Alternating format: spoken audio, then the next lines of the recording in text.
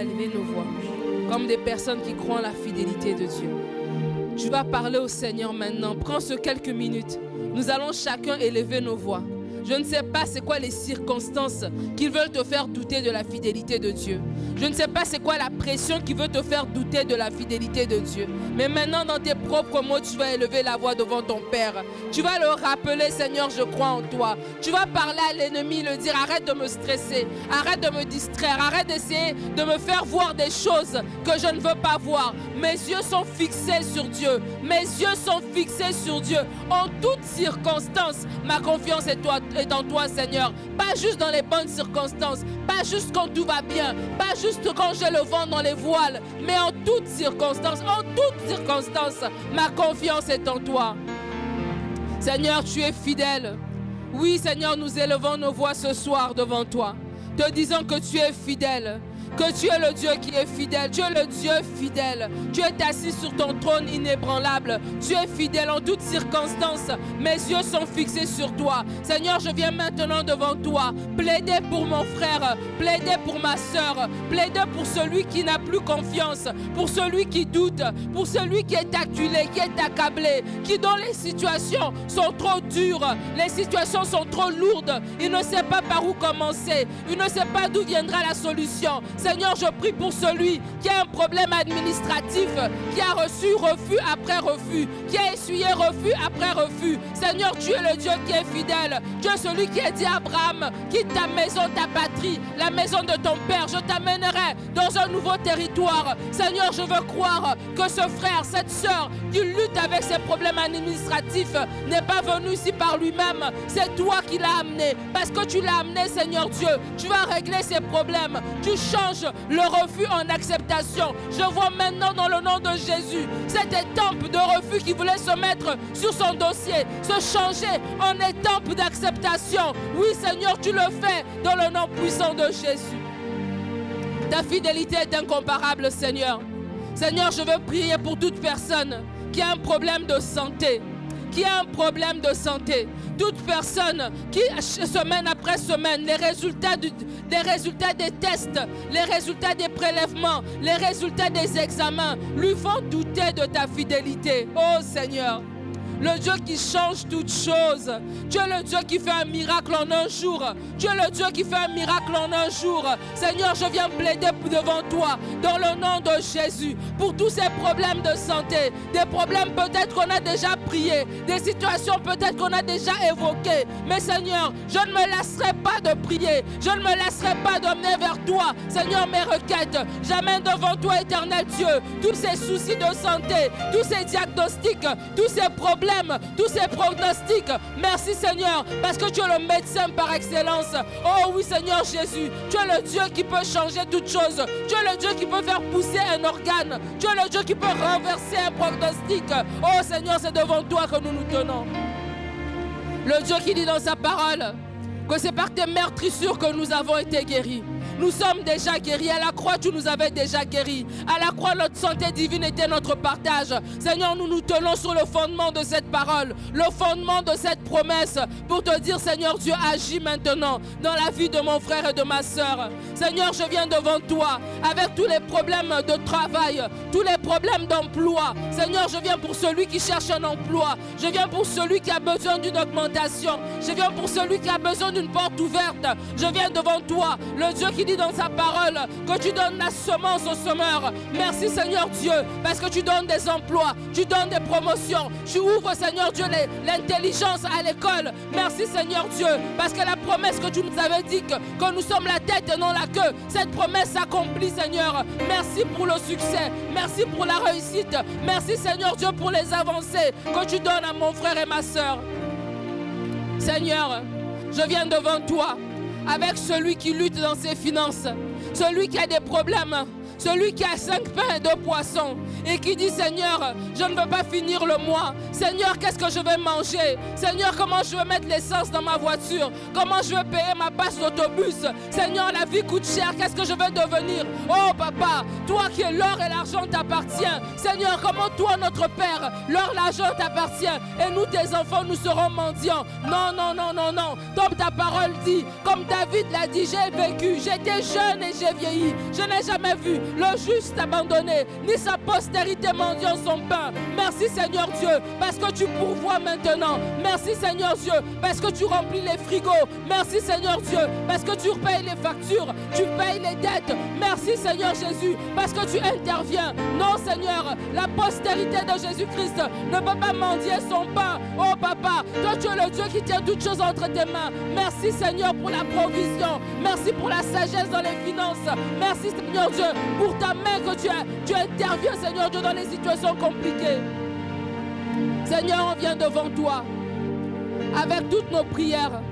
On vient monter devant toi toute situation, toute circonstance, toute montagne est aplanie maintenant dans le nom de Jésus. Toute montagne est aplanie maintenant dans le nom de Jésus. Toute montagne qui se lève dans la vie de mon frère, dans la vie de ma soeur, tout blocage est maintenant détruit dans le nom puissant de Jésus-Christ.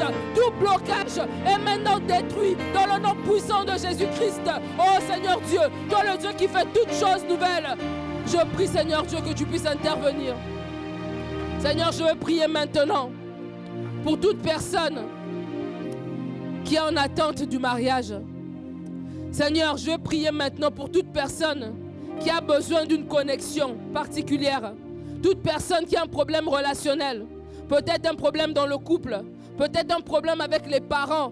Peut-être un problème avec des amis. Seigneur, je veux prier pour toutes ces situations. Tu es le Dieu qui a amené Rebecca à Eliezer. Eliezer ne savait pas qui choisir, mais tu as amené Rebecca devant ses yeux. Seigneur, tu l'as fait trouver grâce devant Eliezer. Seigneur, je prie maintenant que pour les enfants de cette maison, une grâce particulière, une faveur particulière. Seigneur, merci parce que tu distingues maintenant. Seigneur, pour celui ou celle qui est en recherche d'un mariage, tu la distingues pour faire le bon choix. Pour celui et celle qui a les relations sont compliquées, peut-être les relations familiales, peut-être les relations amicales. Merci Seigneur, parce que tu mets une sagesse particulière. Il va être dit des chrétiens de cette église qu'ils sont différents, qu'ils sont particuliers, comme il a été dit de Daniel et ses amis, qui avaient une intelligence surnaturelle, supérieure, qui reposait sur Daniel et ses amis. Merci Papa, parce qu'il y a quelque chose de particulier qui repose sur le peuple de la citadelle. Il y a quelque chose de particulier qui repose sur nous. Seigneur, j'appelle la faveur. Seigneur, dans ma propre vie, tu m'as distingué. Tu as mis une faveur sur ma vie. Seigneur, j'appelle cette faveur sur toute personne qui est connectée à moi, sur tout membre de cette église, sur tout fils et filles spirituels dans cette église. La faveur qui repose sur moi, Seigneur, je la délègue, je la transfère, je la communique, Seigneur Dieu. Qu'ils soient connus dans cette église comme des hommes et des femmes de faveur. Qu'ils soient connus dans cette église comme des hommes et des femmes de faveur. Merci, Seigneur. Merci parce que tu distingues. Merci parce que tu distingues. Merci parce que tu distingues. Merci parce que tu élèves. Merci parce que tu bénis. Merci parce que tu bénis. Merci parce que tu bénis. Merci parce que tu délivres. Merci parce que tu ouvres les portes. Merci parce que tu fais des choses extraordinaires. Le Dieu grand, le Dieu glorieux, le Dieu puissant, le Dieu merveilleux, le Dieu amour, le Dieu puissant, le Dieu des combats, le Dieu des victoires, le Dieu grand. Oh, nous t'élevons, Seigneur. Seigneur, reçois nos acclamations ce soir. Reçois nos acclamations, Papa. Reçois-les comme un parfum de bonne odeur. Nos acclamations montrent vers toi. Des acclamations de reconnaissance, des acclamations qui reconnaissent ta main, des acclamations anticipatives, des acclamations qui anticipent la victoire. Je salue déjà la victoire dans ma vie. Je salue la délivrance dans ma vie. Je salue la provision dans ma vie. Je salue la faveur de Dieu dans ma vie. Alors je t'acclame, Seigneur. Je t'acclame, Seigneur. Je t'acclame, Seigneur. Tu es tellement bon. Je t'acclame, Seigneur. Je pousse des cris de joie. Je pousse de cris d'allégresse. Des cris d'allégresse montent de la tente du juste. Des cris d'allégresse montent de la tente du juste. Alléluia. Gloire à Jésus-Christ. Bienvenue dans votre maison. La maison de votre Père, c'est votre maison. Alors sentez-vous à l'aise. Vous êtes dans la maison de votre Papa. Alors avant de commencer à partager le message de ce soir, est-ce qu'on peut juste acclamer le Seigneur pour Paul-Élie François.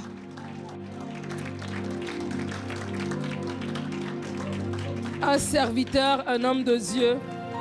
Merci Paul pour le travail que tu fais. Vous avez vu les changements. C'est Paul qui a pu les faire. Il a 5 enfants. 5 en plus, des petits donc. Tac, tac, tac, tac, tac. 5 enfants. Il travaille à temps plein. Il a son entreprise. Mais il a pu faire tout ça parce qu'il est un homme de sacrifice. Et on veut bénir le Seigneur pour sa vie.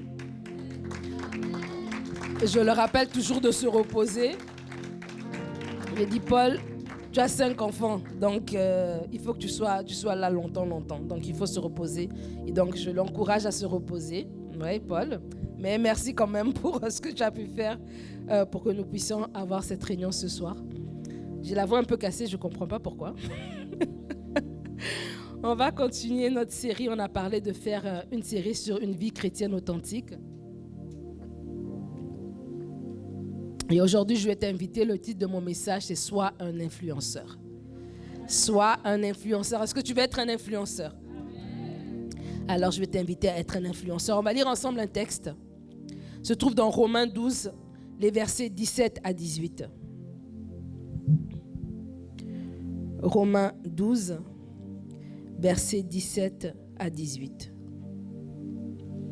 La parole dit, ne rendez à personne le mal pour le mal. Recherchez ce qui est bien devant tous les hommes. S'il est possible, autant que cela dépend de vous, soyez en paix avec tous les hommes. Le deuxième texte qu'on va lire va être dans Matthieu 5 au verset 9. Matthieu 5, verset 9, la Bible dit « Heureux ceux qui procurent la paix, car ils seront appelés fils de Dieu. » Comme je vous ai dit la semaine passée, le Seigneur a mis dans mon cœur de faire une série sur être un chrétien authentique. Parce que c'est important de vivre d'une manière digne de l'appel que nous avons, d'une manière digne de la nature que nous avons, d'une manière digne de la position que nous avons. Et je disais la semaine passée qu'on a beaucoup dans l'Église et même dans notre mentalité, on a beaucoup mis de l'avant des choses spirituelles, comme la prière, des choses spirituelles, comme le jeûne, toutes ces choses-là, des choses spirituelles peut-être, comme le service, comme la fréquence dans laquelle nous allons à l'église. Si nous sommes assidus à aller à l'église chaque réunion, on ne manque jamais une réunion. On est là tous les dimanches. On est là dans toutes les réunions de semaine. Et on a l'impression que c'est par là qu'on peut voir notre niveau ou entre guillemets notre qualité de chrétien. Voilà. Que c'est par là qu'on peut voir notre qualité de chrétien. Si on est assidu, c'est par là qu'on peut voir notre qualité de chrétien. Si on donne, c'est par là qu'on peut voir notre qualité de chrétien. Si on se lève à l'aube pour prier, c'est par là qu'on peut voir notre qualité de chrétien. Si on sait citer des versets bibliques. Et tout ça, c'est vrai. Mais une autre chose qu'on a négligée, mais qui est tout aussi importante, c'est notre caractère. Parce que nous devons, en tant qu'enfants de Dieu, avoir le caractère de Christ. J'ai dit la semaine passée que nous avons chacun une personnalité. Et notre personnalité, c'est comme notre saveur. Il y a des personnes, elles sont extraverties. Dès que tu la rencontres, ça fait 2 minutes que tu es avec elle, tu as l'impression que tu l'as toujours connue. Tu as l'impression que c'est ta meilleure amie. Parce qu'elle est tellement ouverte. Elle va te parler facilement. Elle va te raconter des choses facilement. Elle va te poser des questions facilement. Et c'est comme ça, une personne, elle est ouverte d'esprit. Elle est extravertie, elle est souriante. Il y a d'autres personnes qui sont plus réservées, qui sont peut-être introvertis, que c'est au bout de quelques temps que tu finis par apprendre à les connaître, parce que c'est au fur et à mesure que tu t'assois avec eux, que tu les découvres. Ils ne se laissent pas découvrir au premier abord, mais c'est avec le temps que tu réussis à les découvrir. Et des fois, les introvertis, lorsqu'on les connaît pour de vrai, on se rend compte en fait c'est des extravertis.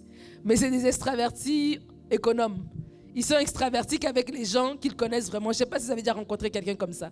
Que quand tu le connais, tu te dis, mais la première fois que je t'ai vu, j'aurais jamais pensé que tu étais comme ça. Mais une fois que la personne est à l'aise, elle se laisse alors aller et on découvre sa personnalité. Et donc, c'est ça la beauté de Dieu. Et lorsqu'on est parent, si vous êtes parent ou bien si vous avez des frères et sœurs, vous allez vous rendre compte que du même ventre, de la même union, sortent différentes personnes en fait. On n'est pas des copies-collées de nos frères et de nos sœurs. Et si on a des enfants, nos enfants ne sont pas des copies-collées. Pourquoi? Parce qu'à chaque personne, Dieu donne une saveur, Dieu donne une personnalité. Par contre, notre caractère, ces attributs-là, ça doit être du copier-coller. Ça doit être du copier-coller de notre Père Céleste. Jésus nous a parlé. Jésus a donné des paraboles. Il a donné un enseignement à ses disciples. Et lorsque Jésus est parti, il a dit, il est avantageux que je m'en aille, je vous envoie le Saint-Esprit. Et lorsque l'Esprit de Dieu est venu, il a commencé à enseigner. Et il a enseigné aux apôtres qui nous ont écrit des lettres. Paul a eu un enseignement. Il a rencontré Jésus sur le chemin de Damas. Il a eu une révélation. Pierre dit qu'il a reçu des révélations que des fois c'est difficile de comprendre. On peut mal interpréter. Tellement il a eu des révélations grandes. Et dans toutes ces révélations, il a écrit des lettres, des épîtres aux Romains, aux Galates, etc., aux Philippiens. Et dans ces épîtres-là, lorsqu'on lit, on voit qu'il est en train d'enseigner en fait à ces nouveaux chrétiens comment est-ce qu'il faut marcher. Parce que c'était eux qui étaient là les premiers. Et nous, aujourd'hui, on est en train de lire ces lettres-là pour nous aussi apprendre comment marcher dans cette vie chrétienne. Parce qu'on est sauvés. Et je ne sais pas pour vous, mais le jour où tu es né de nouveau, tu as l'impression que ça y est, Jésus revient demain. Tu vis avec l'expectative que ça y est, demain, là, c'est la fin du monde. Il vient me chercher. Mais les années passent, les années passent, les années passent. Comme ces premiers apôtres, ces premiers disciples, ils sont en train de regarder vers le ciel et les anges leur disent, mais pourquoi vous regardez vers le ciel? Il reviendra de la même manière. Donc, moi, je suis sûr qu'ils se disaient, ça y est, mardi prochain, jeudi prochain, vendredi prochain. Et finalement, c'est eux qui sont allés vers Jésus et non le contraire. Donc, ça veut dire que dans tout ce passage, dans tout ce temps, avant que Jésus vienne nous chercher ou qu'on aille vers lui, nous devons vivre d'une certaine manière. Nous devons vivre d'une manière qui glorifie le Seigneur. Et il y a des choses qu'on doit accepter d'implémenter dans notre vie. Et c'est ça dont je veux parler pendant toutes ces prochaines semaines. C'est le caractère de Christ que nous devons développer. Et c'est comme ça que ça va nous aider à marcher et à continuer à marcher. La semaine passée, on a parlé de la maîtrise de soi, qui était un fruit que le Saint-Esprit produisait à l'intérieur de nous. Et aujourd'hui, on va parler de la paix. On va parler de la paix. Vous savez, alors que je parle d'être un influenceur, alors que tu es un enfant de Dieu. Aujourd'hui, le monde est tellement agité. Le monde est agité. Mais toi, en tant qu'enfant de Dieu, tu as la nature divine en toi. Et alors que tu as la nature divine en toi, il y a quelque chose que toi, tu dois manifester qui est complètement contraire à ce que le monde manifeste. Où le monde manifeste l'agitation, toi, tu dois manifester la paix. Où le monde manifeste la folie, toi, tu dois manifester la sagesse. Où le monde manifeste l'inquiétude, toi, tu dois manifester la confiance. C'est vraiment ça que tu dois faire. C'est pour ça que nous sommes appelés à être cette lumière dans le monde. Parce qu'on vit au milieu des ténèbres. Parce qu'on amène un raisonnement qui est contraire au raisonnement que nous voyons autour de nous.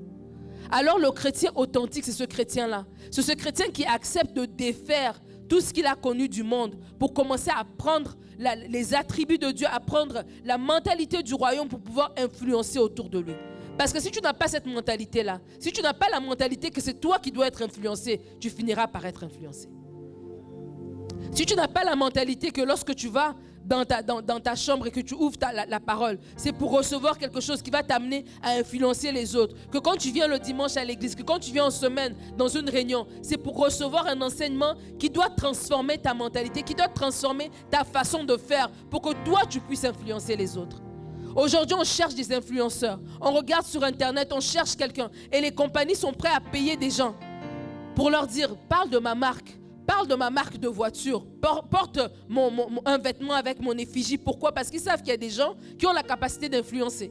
Juste parce qu'ils ont porté un certain vêtement, tout le monde va acheter ce vêtement-là. Juste parce qu'ils sont allés dans un certain restaurant. Toi, tu n'es jamais allé dans le restaurant. Mais parce que tu as vu quelqu'un d'influençable, non, d'influent. Le français. Tu as vu quelqu'un d'influent être dans ce restaurant-là, tout d'un coup, toi aussi, tu as envie d'y aller. Tu n'as jamais mangé dans ces restaurants. Tu ne sais même pas si le menu t'intéresse. Mais parce que cette personne-là était là, ça a augmenté la valeur, entre guillemets. Ça a augmenté le niveau de ce restaurant. Et ce restaurant commence même à avoir des listes d'attente pour aller quelque part où c'est toi qui vas dépenser. On ne va même pas te donner de l'argent. Mais il y a des listes d'attente. Pourquoi? Parce que la personne qui a pu faire la publicité de cet endroit-là était un influenceur. Maintenant, nous, en tant qu'enfants de Dieu, on n'est pas là pour vendre une marque de voiture. On n'est pas là pour faire la pub d'un restaurant. On est là pour parler de quelque chose de beaucoup plus éternel. On n'est pas là pour parler d'un parfum. On n'est pas là pour parler d'une paire de baskets. On est là pour apporter une influence de quelque chose qui transforme des vies, de quelque chose qui amène à l'éternité, de quelque chose qui amène quelque chose de profond dans la vie présente, mais dans la vie éternelle. Tu portes quelque chose de fort. Tu portes quelque chose de fort et le jour que tu vas réaliser ça, même ta façon de marcher va changer. Même ta façon de parler va changer. Tu ne vas plus tu ne vas plus admirer ces personnes que tu vois en ligne qui ont des millions de followers parce que tu sais que ça va nulle part. Ils font de la pub pour du parfum, ils font de la pub pour une voiture. Mais toi, ce que tu portes, si tu es capable d'influencer avec ce que Dieu a mis en toi, mais c'est des vies qui sont transformées, c'est des âmes qui arrivent au salut. La Bible dit qu'il y a de la joie dans le ciel lorsque une seule âme vient à Christ. Et tu as cette influence-là, tu as cette capacité-là. Et tu influences comment? Aujourd'hui, on va parler dans la vie chrétienne authentique. Dans un des points d'un chrétien authentique, c'est être une personne de paix. Être une personne de paix. Une personne de paix va être une personne qui va garder sa paix devant les situations difficiles. J'ai dit qu'on est dans une période où les gens sont agités. Tu ne peux pas t'asseoir avec quelqu'un au plus de 5 minutes sans qu'à un moment donné, tu commences à sentir les inquiétudes de la personne. La personne va peut-être te parler de l'inflation. Là, l'inflation, c'est le mot en vogue parce que tout coûte cher. Et la personne va commencer à te parler de ça. Et là, tu commences à sentir la panique de la personne qui se dit, mais comment est-ce que je vais faire? Comment est-ce que je vais faire? Quand tu t'assois avec des gens au bout d'un moment, tu ressens leurs inquiétudes, tu ressens leur fardeau, tu ressens ce qu'ils portent. Alors toi, en tant qu'enfant de Dieu, alors que tu as la nature divine en toi, tu as la paix et ta paix va te permettre de garder justement ta paix devant les situations difficiles. Comme Jésus qui était dans la barque, il y avait le flot de la mer était agitée, alors que les disciples étaient des personnes qui étaient habituées à aller à l'eau parce que c'était des pêcheurs. Donc, ce n'était pas la première fois qu'ils voyaient une tempête. Mais cette tempête-là était différente. Cette tempête-là était tellement forte qu'eux-mêmes, ils ont commencé à shaker, comme on dit. Mais on dit que Jésus était tout simplement couché dans la barque. Cette attitude de Jésus-là les a marqués, les a interpellés. Parce qu'ils ont dit, mais maître, ne crains-tu pas que nous périssons? Et Jésus s'est levé et il a parlé contre la tempête et la tempête s'est apaisée. Alors que tu es un enfant de Dieu, alors que tu as la nature divine en toi, alors que tu es un agent de paix, tu es une personne de paix. La Bible dit, Jésus a dit qu'il nous donne sa paix, pas comme le monde nous la donne, que notre cœur ne se trouble point. Ça veut dire que tu portes la paix en toi. Ça veut dire que quand tu arrives à ton travail et que tout le monde soit en train de parler autour du café, en train de stresser peut-être sur les mises à pied, en train de stresser sur le coût de la vie, tu peux apporter une parole qui va apaiser la tempête. C'est ça être un influenceur. C'est pas vendre des baskets. C'est d'arriver dans ton milieu de travail et juste par ta présence, il y a une paix comme ça qui arrive. Il y a des gens qui sont agités. Il y a l'ennemi qui travaille, mais il y a des milieux où c'est électrique. Quand je parle par exemple à des personnes qui travaillent à l'hôpital, des infirmières, elles vont te dire qu'il y a des étages où dès que tu arrives, tu sens que c'est dur. Spirituellement, c'est dur. Il y a de l'oppression peut-être, il y a des esprits peut-être. Il y a la mort qui est en train de rôder tout le temps. Il y a le stress, il y a la fatigue des infirmières qui travaillent des shifts sans finir. Et alors toi, alors que tu portes la paix, je ne veux même pas d'abord aller dans le caractère de paix. Juste le fait que tu es enfant de Dieu, il y a la paix de Dieu qui est en toi. Alors que tu portes la paix, lorsque tu arrives, il doit y avoir un changement. Lorsque tu arrives, on doit dire, c'est quand que toi tu travailles. Lorsque tu arrives, il doit y avoir des collègues de travail qui veulent mettre leur shift en même temps que toi. Parce qu'ils veulent travailler avec toi. Parce qu'il y a quelque chose de différent avec toi. C'est ça être un enfant de Dieu. Un influenceur, c'est quoi? L'influenceur va changer l'atmosphère. Je vais donner l'exemple des gens qui vendent qui font de la publicité pour des marques, des trucs et tout ça. Ça veut dire qu'un influenceur, quand ça arrive, un agent influent vient changer l'atmosphère. Est-ce que tu changes l'atmosphère? L'atmosphère peut-être de ta famille. Peut-être que tu es le seul chrétien dans ta famille. Est-ce que quand tu arrives, est-ce qu'il y a des choses où on vient te consulter toi? Peut-être que tu es le plus jeune, mais on veut quand même te consulter toi parce qu'il y a quelque chose de différent. Parce qu'il y a une sagesse différente, il y a quelque chose qui émane de toi. C'est ça être un influenceur. Être un influenceur, ce n'est pas être la personne qui est plus âgée. Et j'aimerais même parler à nos plus jeunes. Ne te disqualifie pas en te disant que moi j'ai juste 16 ans, moi j'ai juste 20 ans. Même de tes 20 ans, même du haut de tes 15 ans, tu peux être influenceur. Tu peux influencer même dans ta famille. Tu peux amener des plus âgés à te consulter. Pourquoi? Parce que tu portes la sagesse divine. Parce que tu portes la paix de Dieu en toi. Alors que tu es un agent de paix. Tu portes cette paix-là partout où tu vas. La Bible nous dit que les premiers chrétiens, c'est comme ça qu'ils parlaient. Quand ils arrivaient quelque part, ils disaient shalom. Que la paix soit avec vous. Tu portes la paix. Mais il y a beaucoup d'enfants de Dieu. On oublie qu'on a cette caractéristique-là, on a cette capacité-là. On agit comme tout le monde. Donc quand on vient, on n'apporte pas la paix. Des fois même c'était calme, c'est nous qui apportons le désordre. C'est nous qui apportons l'agitation. Parce qu'on n'a pas compris que non.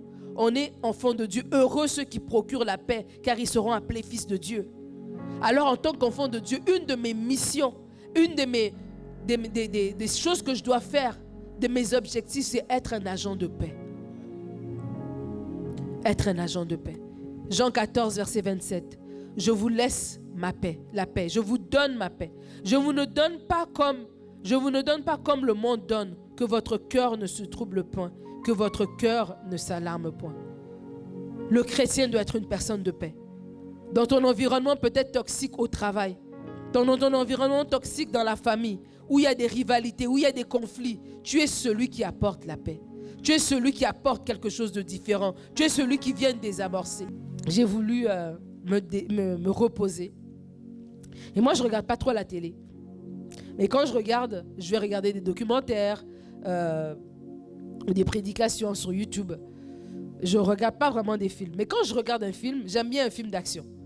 Genre un film, tu n'as pas besoin de réfléchir, un film un peu de suspense, un peu, tu vois, les FBI, qui vont dans d'autres pays, les agents secrets. J'aime bien les films d'agents secrets. J'aime bien ce genre de film-là. Sinon, un autre type de film que j'aime, mais que mon mari n'est pas d'accord avec moi, j'aime bien les films sous-titrés. J'aime regarder des films étrangers, dans une culture complètement différente. Et donc, je mets les sous-titres. Il me dit, mais comment, donc tu veux lire juste pour le plaisir de lire? Je dis, mais j'aime les sous-titres. J'arrive même plus à regarder un film sans sous-titres, en fait. Et cet été, j'ai découvert une série coréenne que j'ai regardée. Je ne dirai pas en combien d'heures j'ai fait les 16 épisodes, parce que je ne veux vous édifier.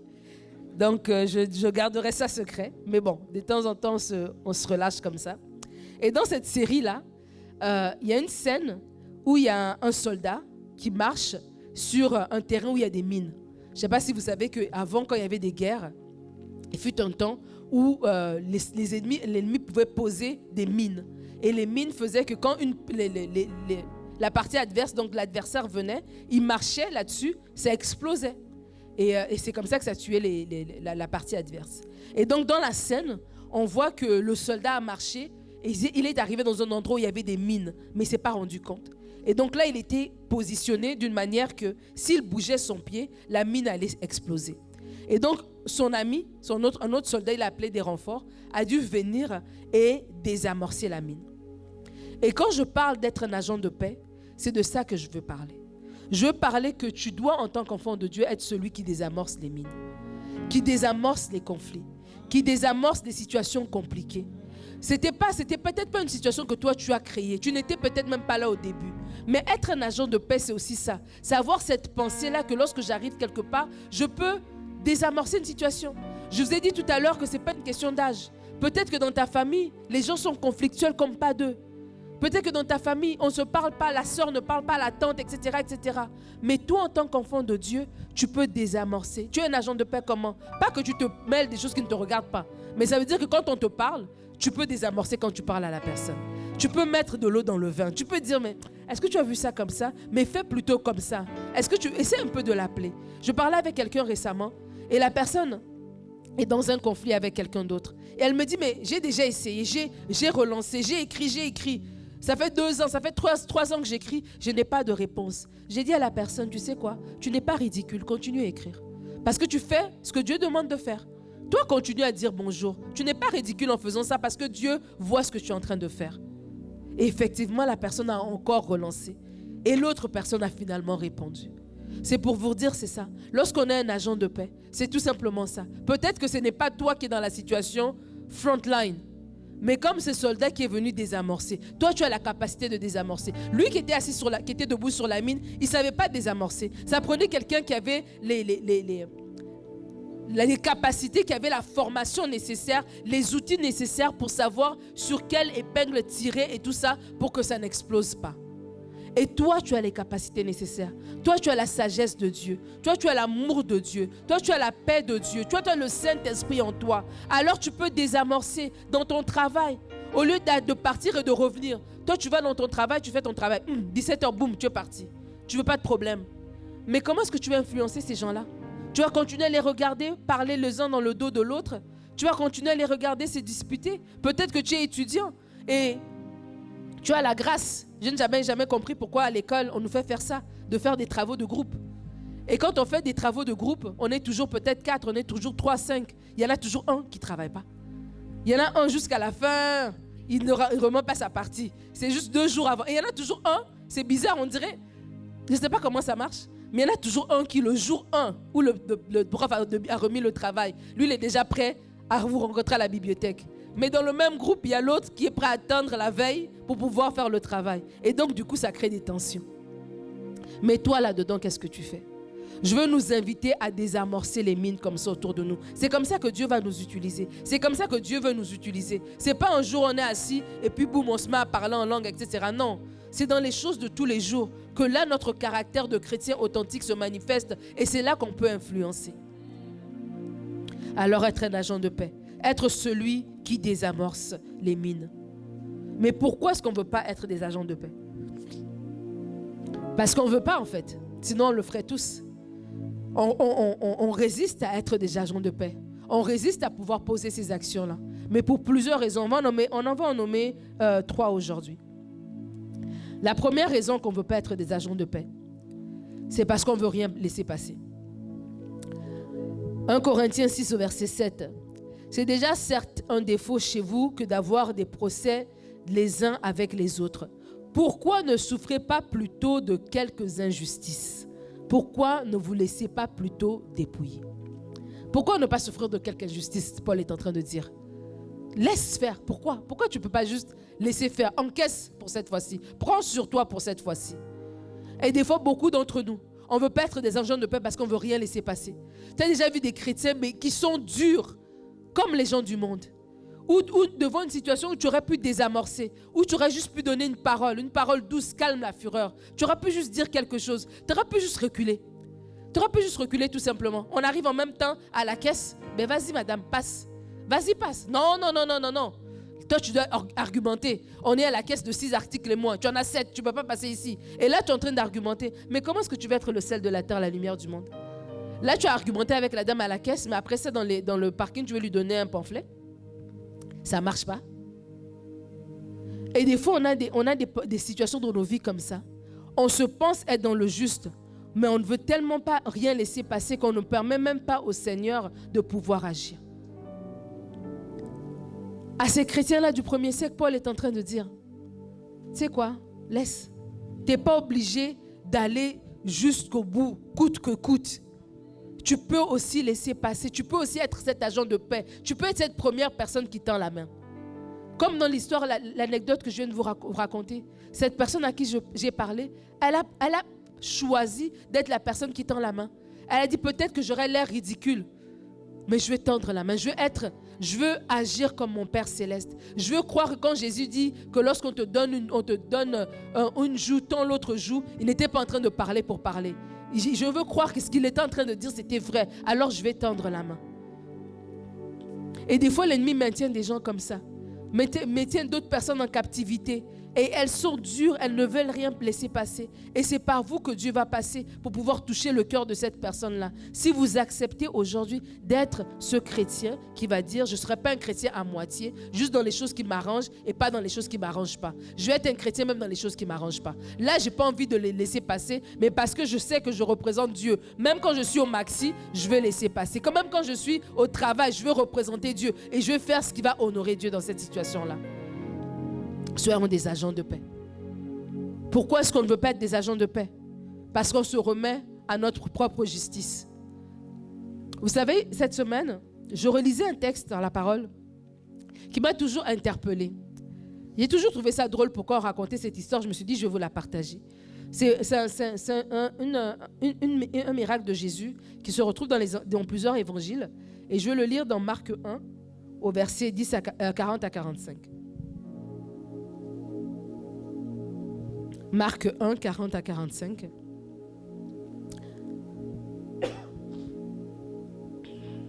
Un lépreux vint à lui, donc à Jésus, et se jetant à genoux, il lui dit d'un ton suppliant, « Si tu le veux, tu peux me rendre pur. » Jésus, ému de compassion, étendit la main, le toucha et dit, « Je le veux, sois pur. » Aussitôt la lèpre le quitta et il fut purifié. Jésus le renvoya sur le champ avec des sévères recommandations et lui dit, « Garde-toi de dire à personne, mais va te montrer au sacrificateur et offre pour ta purification ce que Moïse a prescrit, afin que cela leur serve de témoignage. » Mais cet homme, s'en étant allé, se mit à publier hautement la chose et à la divulguer, de sorte que Jésus ne pouvait plus entrer publiquement dans la ville. Il se tenait dehors dans les lieux déserts et on venait à lui de toutes parts. Bien aimé, quand j'ai lu ce passage, à chaque fois que je reviens à ce passage, je me dis, mais il n'a pas mal fait. Écoute, Jésus l'a guéri de la lèpre. Il était tellement content. Jésus lui a dit, non, ne dis à personne. Va seulement faire ce qui est demandé de faire comme la loi de Moïse. Mais il était trop content. Il était trop excité. Il a voulu dire. Et sur le coup, il a pas mal fait. Je me dis, dans sa logique, quand Jésus lui a parlé et qu'il retournait vers le temple, il s'est dit, mais pourquoi il m'a dit ça? Ça n'a pas de sens. Mais pourquoi je vais cacher? Là, tout le monde me voit, j'ai la peau toute lisse. Il faut que j'explique ce qui m'est arrivé. Mais il faut que je dise que c'est Jésus qui l'a fait. Et dans sa logique à lui, ça semblait bien. Et s'il aurait rencontré un ami, l'ami lui aurait dit, mais oui, à César ce qui est à César, il faut que tu fasses la pub de Jésus là, pour que tout le monde sache que c'est Jésus qui t'a guéri. Mais dans le plan de Dieu, ce n'était pas ça que Jésus voulait. Parce que lorsque l'homme s'est mis à dire à tout le monde que c'est Jésus qui l'avait guéri, Jésus ne pouvait plus se présenter. Alors où Jésus aurait pu continuer à faire son ministère tranquillement, au frais, dans le village, sous l'ombre, il est obligé d'aller dans les lieux déserts. Voilà, donc déjà là, il est sous la température, etc. Et là, les gens avec qui il aurait pu avoir accès, il n'a plus accès à ces personnes-là. Donc seulement ceux qui sont assez téméraires pour sortir de la ville, aller dans le lieu désert, pourront être rencontrés par Jésus pour que Jésus puisse les toucher. Mais le reste des gens ont manqué une opportunité d'être rencontrés par Jésus. Pourquoi? Parce que ce lépreux n'a pas fait ce que Jésus lui avait demandé de faire. Lorsque je parle d'être un agent de paix, et que des fois on ne veut pas être un agent de paix parce qu'on se remet à notre propre justice, c'est parce que des fois dans notre tête, on pense bien faire, mais on a tort parce qu'on ne fait pas ce que Dieu nous demande de faire. Ta propre logique peut te jouer des tours. Voilà pourquoi on parle du renouvellement de l'intelligence. Voilà pourquoi la Bible dit que ne va te confier. Tu sais, aujourd'hui, on dit dans la pensée populaire, suis ton cœur. Mais la Bible dit le cœur de l'homme est mauvais. Ne suis pas ton cœur, suis la parole de Dieu. Suis ce que Dieu te dit. Ne suis pas ton cœur. Ton cœur peut t'amener dans le trou. Et là, tu es dans le trou, tu dis qu'est-ce que je fais là? Ton cœur lui-même, il te regarde, il dit, ah, ben écoute, il fallait suivre le cerveau, pourquoi tu m'as suivi moi? Ton cœur peut te jouer des tours. Ton cœur peut te dire, aime ce gars-là. Ton cerveau te dit non. Ton cœur parle, toi aussi avec ton cœur, vous dites, ok, on y va. Tu ne vois pas la parole de Dieu. La parole te dit, non, ne te mets pas sous un joug étranger. Ah, tu suis ton cœur. Et après, tu demandes des entretiens parce que c'est chaud pour toi.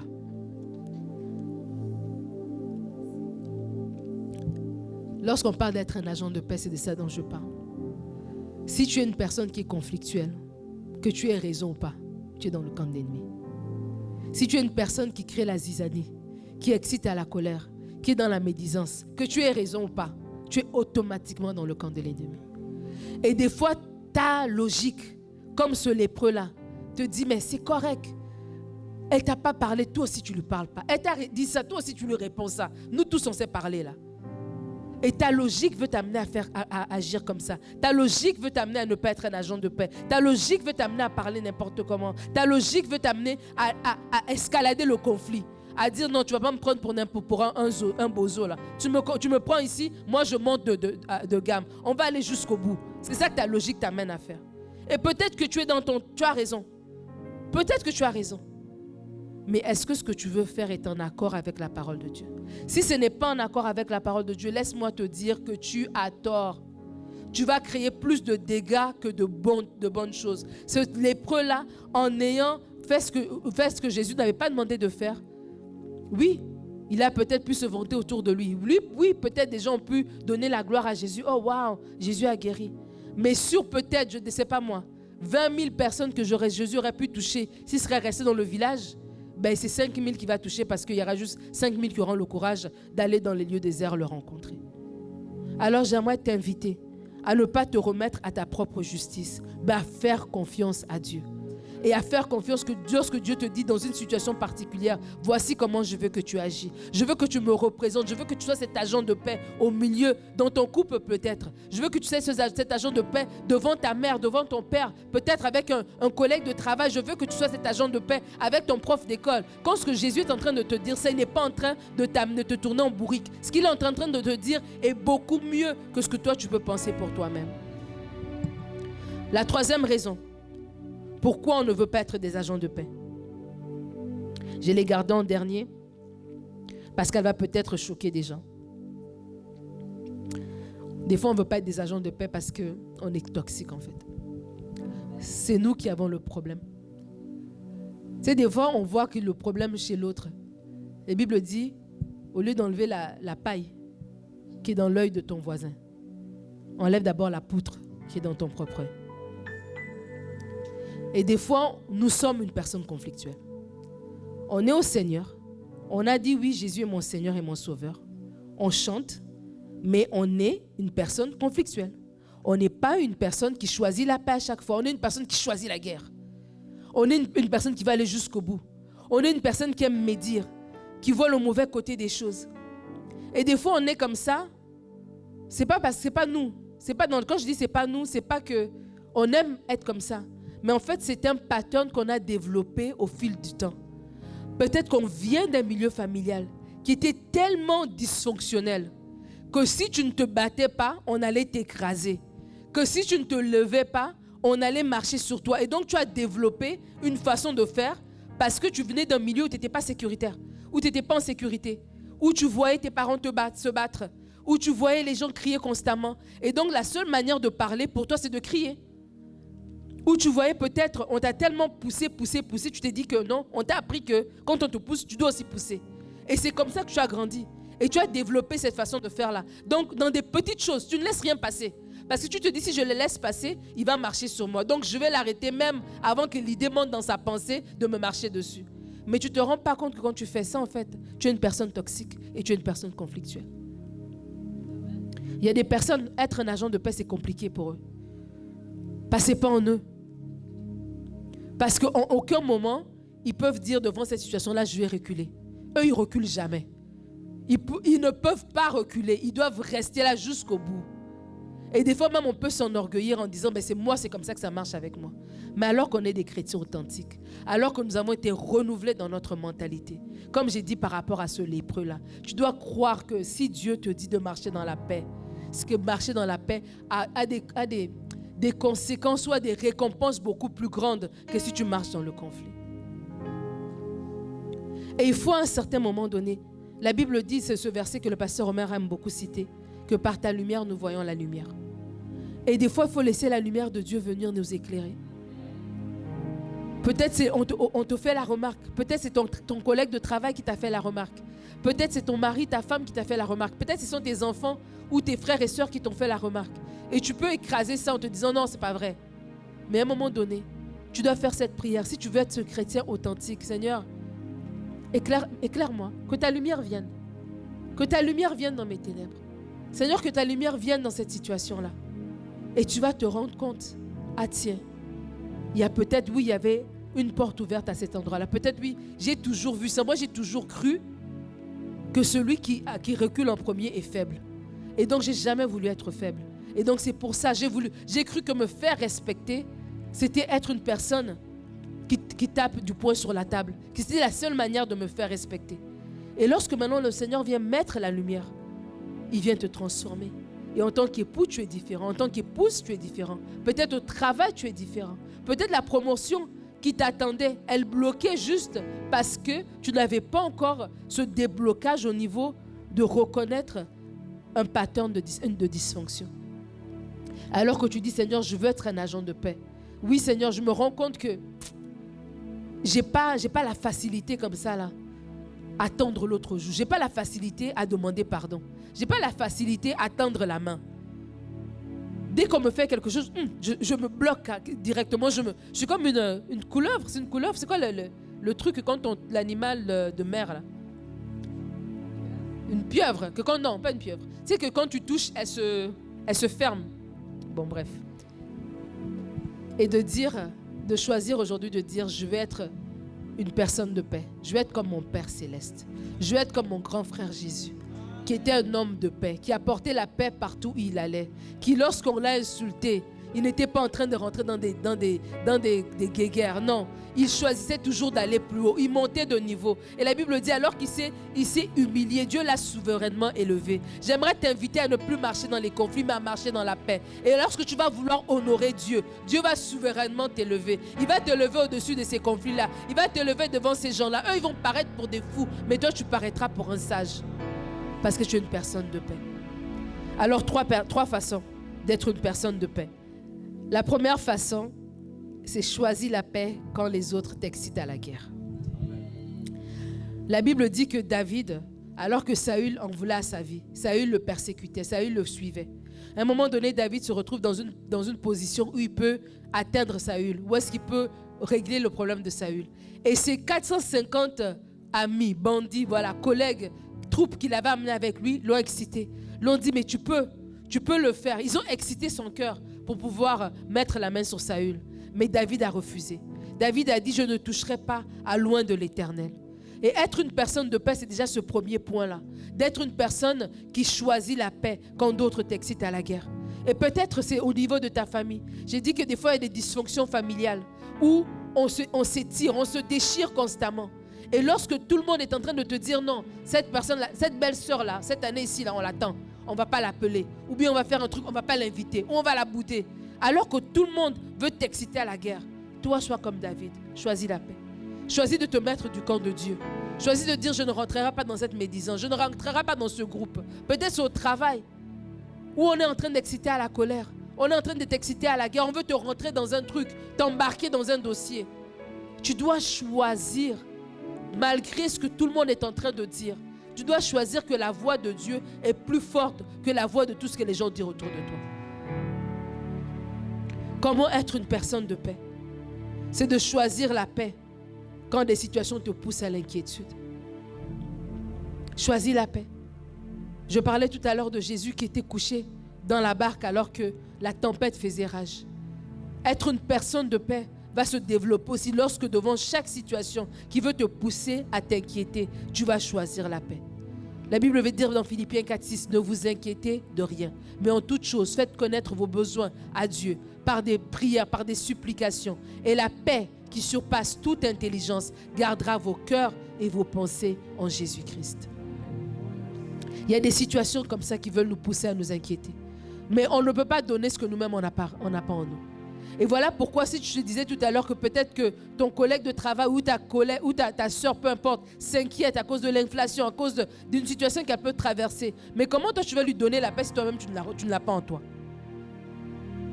Et développe, en étant une personne de paix, en étant une personne qui n'est pas tout le temps inquiète. Arrête de t'inquiéter. Arrête de t'inquiéter. Arrête de toujours stresser. Choisis la paix, deviens une personne de paix en travaillant ton mental, en disciplinant tes pensées à être des pensées de paix.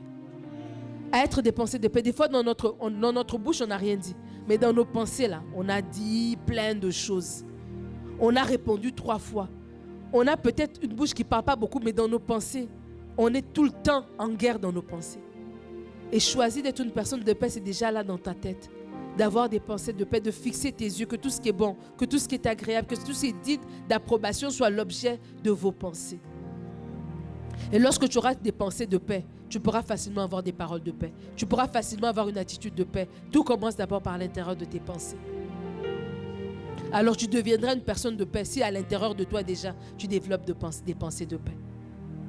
Choisis la paix en choisissant ton entourage. Choisis la paix en choisissant ton entourage. La Bible dit, un verset très fort, Psaume 120, verset 6 à 7. Assez longtemps mon âme a demeuré auprès de ceux qui haïssent la paix. Je suis pour la paix, mais dès que je parle, ils sont pour la guerre. Assez longtemps mon âme a demeuré. Il y a des gens, vous ne pouvez pas être des personnes de paix parce que vous êtes tout le temps entourés des gens conflictuels. Vous avez un environnement qui est dysfonctionnel, un environnement qui est toxique. Alors tu as beau vouloir être une personne de paix, mais ton environnement est tout le temps en train de te ramener dans la boue. Et choisis d'être une personne de paix à partir d'aujourd'hui, c'est d'abord de nettoyer ton entourage. Si ton entourage est constamment dans la médisance, même si tu es le plus gentil, à un moment donné, toi aussi, tu ne vas pas être dans la médisance. Si ton entourage est tout le temps dans l'inquiétude, toi aussi, tu vas finir par t'inquiéter. Si ton entourage est tout le temps dans des conflits, toi, à un moment donné, tu finiras aussi par être une personne conflictuelle. Alors, être une personne de paix, c'est aussi avoir un entourage qui atteste de notre personne. On dit les mauvaises compagnies corrompent les bonnes mœurs, ça c'est la Bible qui le dit. Mais dans le monde de tous les jours, on dit montre-moi avec qui tu te tiens, je dirai qui tu es. Et à un moment donné, en tant qu'enfant de Dieu, on veut vivre une vie chrétienne authentique. Il faut faire le choix de notre entourage. Est-ce que je suis dans un entourage qui glorifie Dieu? Est-ce que j'ai un entourage de paix? Un entourage qui parle des bonnes choses, qui parle des bonnes valeurs? C'est ça qui va nous aider également. Alors j'aimerais t'inviter, le psalmiste a dit, assez longtemps, mon âme a demeuré auprès de ceux qui haïssent la paix. Je suis pour la paix, je n'ai pas de problème. Mais dès que je parle, ils sont pour la guerre. Et peut-être que tu es là, tu te dis, oui, j'aimerais bien être une personne pacifique. J'aimerais bien être une personne de paix. J'aimerais bien représenter Jésus et arriver et apporter la paix. Quand j'arrive, tout le monde autour de moi s'apaise parce que je transporte la paix de Dieu en moi. Mais dans mon environnement, c'est compliqué. Peut-être c'est dans ma famille immédiate. Je ne peux pas changer les gens avec qui j'habite. Mais alors, dans la prière, tu peux déjà amener cette situation devant Dieu. Seigneur, oui, je vais être une personne de paix, mais je suis dans un environnement de travail toxique. Oui, je vais être une personne de paix, mais je suis dans un couple ou dans une famille qui est dysfonctionnelle. Seigneur, qu'est-ce que je peux faire? Et je crois que Dieu qui t'a placé là, comme Jésus, te donnera la capacité de parler à cette tempête pour que cette tempête s'arrête. Mais tu dois vouloir que la tempête s'arrête. Tu dois être à un moment donné dérangé par la tempête. Tu ne peux pas accepter d'être dans un environnement dysfonctionnel semaine après semaine, année après année. À un moment donné, tu dois dire non. Seigneur, je suis influenceur. Où je dois arriver, l'atmosphère doit changer. Comment ça se fait que je suis ici depuis aussi longtemps et il n'y a rien qui change? Maintenant, donne-moi la capacité de parler à cette montagne de conflit, cette montagne de zizanie, cette montagne de division doit s'aplanir maintenant dans le nom de Jésus. Le Seigneur nous donne cette capacité. Nous sommes ces colombes au milieu des loups. Il nous donne cette capacité. Il ne nous a pas laissés seuls. Il a dit que le fruit de l'esprit, Galates 5:22, ça va être l'amour, ça va être la joie, ça va être la paix. La paix fait partie du fruit que l'Esprit de Dieu produit en nous. La paix d'être des agents de paix, mais la paix d'être nous-mêmes dans la paix, des personnes de paix, et la paix d'avoir en nous une paix qui surpasse toute intelligence. Une paix qui nous donne le calme où on devrait s'agiter. Une paix qui nous donne une assurance, comme on l'a chanté tout à l'heure, que nos yeux sont fixés sur celui qui est fidèle. En toutes circonstances, nos yeux sont fixés sur lui. Il y a cette paix-là qui est notre promesse, qui est notre partage et qui est en nous parce que le Saint-Esprit habite en nous. Alléluia. Acclamons le Seigneur ensemble.